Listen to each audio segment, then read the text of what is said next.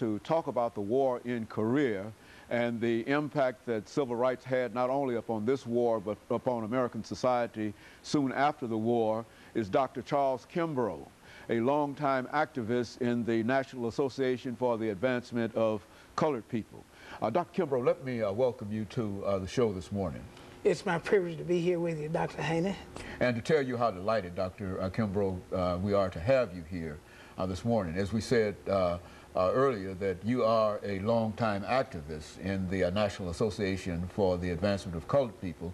And I think that if there is an individual who is a representative of the association in Nashville, Tennessee, you would certainly be that individual. And so we're certainly happy to have you here and to talk about a topic that we know that you're familiar with, and that is civil rights, because you've been involved in this whole struggle of improving the condition of the African American for the longest. But before we get into the Korean War and civil rights, Dr. Kimbrough, let's have you to give our audience some information about your background, your education, and some of the things that led to this passion that you have for the rights of the African American.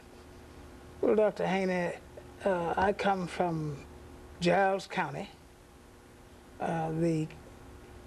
which has Pulaski as its county seat, the home of the KKK.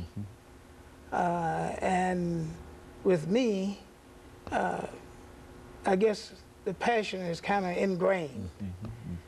Not that I knew directly or saw activities of the KKK, but I guess when you have that kind of organization, when you even learn about it later in life, you recognize that you grew up or were growing up in an area that survival of black people was a priority.